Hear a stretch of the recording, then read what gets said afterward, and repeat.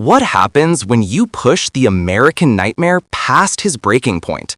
What happens when you take a man who's been through hell to finish his story and you become the villain in his sequel? Well, Bronson Reed and Paul Heyman just found out the hard way. And let me tell you something right now that's going to make some of you angry. Cody Rhodes didn't just cross a line, he obliterated it. And here's the controversial part that nobody wants to admit. He was 100% justified. Yeah, I said it. And before you rage in the comments, hear me out, because what went down is not what the dirt sheets are telling you. Welcome back to WrestleScope, where we don't just report the news, we dissect it, analyze it, and give you the truth that the mainstream wrestling media won't touch. I'm your host, and today we're diving deep into one of the most explosive moments of the year. But here's where it gets interesting, and where I need you to pay attention. Here's what everyone is getting wrong about this situation, and it's driving me absolutely insane. The narrative being pushed right now is that Cody Rhodes lost control, that he snapped, that he went too far. Social media is exploding with people saying he's become what he swore to destroy, that he's no better than the heels he's been fighting against. But let me ask you something, and I want you to really think about this. When does a hero become a villain? When he finally fights back against the monsters who've been terrorizing him? When he refuses to be a punching bag anymore? When he decides that enough is enough? Because if that's the case, then maybe we need to redefine what heroism actually means in professional wrestling. Bronson Reed has been on an absolute path of destruction.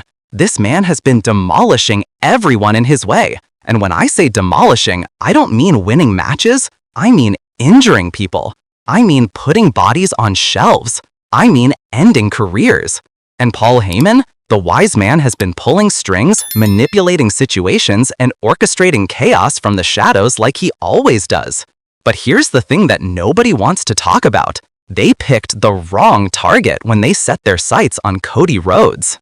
Let's rewind and look at how we got here, because context is everything. And the full story paints a completely different picture than what you've been seeing in your Twitter feeds.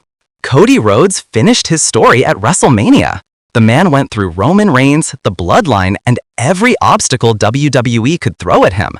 He won the undisputed WWE Championship and became the champion that the company needed, the fighting champion, the people's champion, the man who would take on all challengers and represent WWE with honor, dignity, and respect. But that success, that championship, that target on his back became the biggest bullseye in professional wrestling.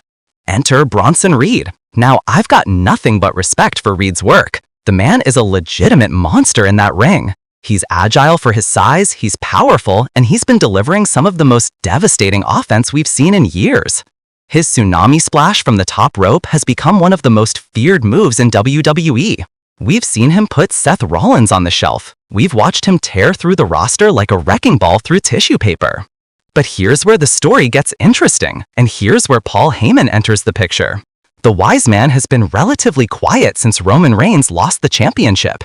He's been lurking in the background, calculating, planning, waiting for the perfect opportunity to strike back at the WWE landscape that moved on without his tribal chief. And what better way to create chaos than to unleash a monster on the man who currently sits at the top of the mountain? The alliance between Reed and Heyman wasn't accidental. It was strategic, it was calculated, it was personal. For weeks, we watched as Reed targeted Cody. Backstage attacks, ambushes during interviews, assaults after matches when Cody was already exhausted from defending his championship. And through it all, we could see Paul Heyman's fingerprints on every single attack. The timing was too perfect, the opportunities too convenient, the message too clear. They weren't just trying to hurt Cody Rhodes, they were trying to break him. They were trying to prove that the American Nightmare couldn't handle the pressure, that finishing his story was just the beginning of his nightmare. And that's where they made their critical mistake. Last week's episode was supposed to be routine. Cody was scheduled for a championship address. He was going to talk about his next title defense, discuss his legacy, do the traditional babyface champion promo that we've seen 1,000 times. Standard professional wrestling procedure. But Bronson Reed had other plans. The attack came out of nowhere, and it was brutal. Reed hit the ring like a freight train, and before Cody could even react, he was being demolished. We're talking about a beating that went beyond the normal wrestling assault. This wasn't about making a statement. This was about causing damage. Real, legitimate damage. The tsunami splash once, twice, 3 times, 4 times. Each one more devastating than the last. The referee couldn't stop it. Security couldn't stop it. And where was Paul Heyman during all of this? Right there at ringside, watching with that knowing smile on his face, orchestrating his symphony of destruction. Cody was laid out. Medical staff rushed the ring. The champion was hurt, possibly seriously. And as Reed stood over Cody's broken body, Heyman grabbed a microphone and delivered a promo that sent shockwaves through the WWE universe. He talked about how Cody was weak, how the championship didn't belong on his shoulder, how finishing his story was just the beginning of his nightmare. And then he said the words that changed everything. Cody Rhodes, you wanted to be a champion? Well, champions are targets, and we've just shown the entire world that you're nothing but a bullseye waiting to be hit. The show went off the air with Cody being stretchered out. Social media went into meltdown. The wrestling world was buzzing with speculation about Cody's condition, about potential injuries, about whether he'd be able to compete at the upcoming pay-per-view. But here's what nobody expected. Here's what changed the entire game. This week, Cody Rhodes showed up. Not on a stretcher, not in street clothes with his arm in a sling. No, he showed up in his gear. Championship over his shoulder, fire in his eyes, and vengeance in his heart. And when I tell you what happened next was something we haven't seen from Cody Rhodes in years, I mean that literally. The arena was electric. You could feel the tension in the air. Everyone knew something was about to happen, but nobody knew what. Bronson Reed came out first, cocky, confident, ready to finish what he started. Paul Heyman was by his side, microphone in hand, ready to deliver another verbal assault. But before Heyman could even get a word out, Cody's music hit. And the American Nightmare didn't walk to that ring, he charged. What happened next was 15 minutes of uncontrolled aggression that we haven't seen from Cody Rhodes in years. Since his days as the dashing one, since his more aggressive, more violent persona from years past. This wasn't the clean-cut babyface. This was a man who had been pushed beyond his limit and was now delivering justice. He went straight for Reed, and the two started brawling like their lives depended on it. Security tried to intervene. They couldn't. Other wrestlers tried to pull them apart. They got thrown aside like rag dolls. This wasn't a worked wrestling angle anymore. This felt real. This felt personal. This felt dangerous.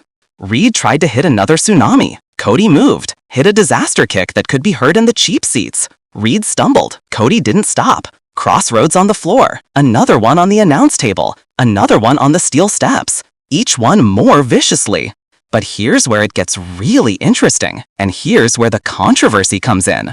Paul Heyman tried to escape. He tried to run up the ramp, away from the chaos, away from the violence. But Cody wasn't done. Cody grabbed him.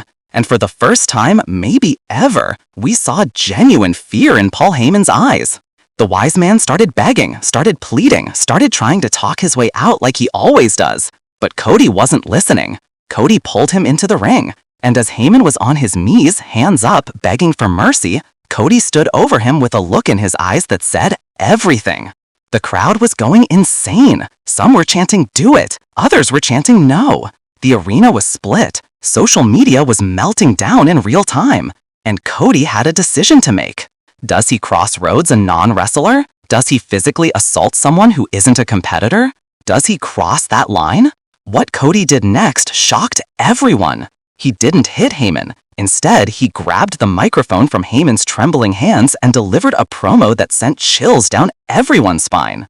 You want to see a nightmare, Paul? You want to see what happens when you push a man too far? You haven't seen anything yet. Bronson Reed, you picked a fight with the wrong champion. Paul Heyman, you manipulated the wrong man. And now you both get to learn what it really means to finish a story. He dropped the mic on Heyman and walked out, leaving both Reed and Heyman lying in the ring, leaving the WWE Universe in absolute shock. But here's where the controversy really starts, and here's where I need you to sound off in the comments.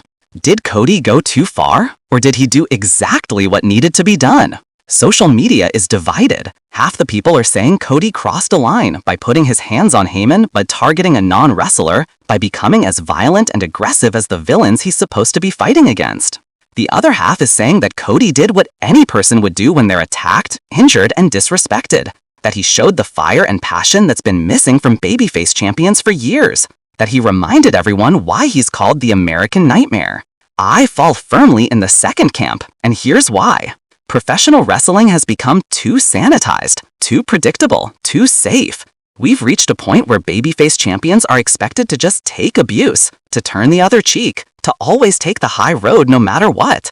And that's not realistic. That's not relatable. That's not compelling television. Cody Rhodes did what needed to be done. He sent a message that if you come for the champion, you better be ready for war. That actions have consequences. That there's a breaking point for every man, and Reed and Heyman found Cody's. So where do we go from here? What happens next in this explosive saga? My prediction, we're heading toward a match at the next premium live event that's gonna be violent. No disqualifications, no countouts, no mercy. Cody Rhodes versus Bronson Reed with everything on the line.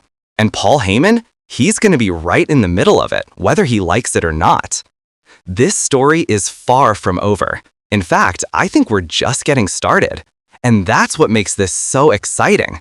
We haven't seen Cody like this in years. We haven't seen a babyface champion willing to get his hands this dirty to defend his honor. And I'm here for every single second of it. But I want to know what you think. Drop your comments below. Did Cody go too far, or did he do exactly what needed to be done? Are you Team Cody, or do you think he crossed a line that champions shouldn't cross? Let's have that discussion in the comments because I know you have opinions about this. And hey, if you enjoyed this breakdown, if you appreciate the in-depth analysis and the real talk that we bring to you here at WrestleScope, do me a favor, smash that like button. It helps the algorithm push this video to more wrestling fans who need to see this perspective. Hit that subscribe button and turn on notifications so you never miss our coverage of the hottest storylines in WWE. We're bringing you content every single week, breaking down the matches, the promos, the backstage drama, and everything in between. Share this video with your wrestling friends. I guarantee this is going to spark some debates, and I want to hear all the takes. The good, the bad, the controversial. That's what WrestleScope is all about. The American Nightmare has been unleashed. Bronson Reed and Paul Heyman are in his crosshairs, and we're all along for what's going to be one hell of a ride. I'll see you in the next one. Until then, keep watching, keep analyzing, and remember, in professional wrestling, the story never truly ends. This is WrestleScope.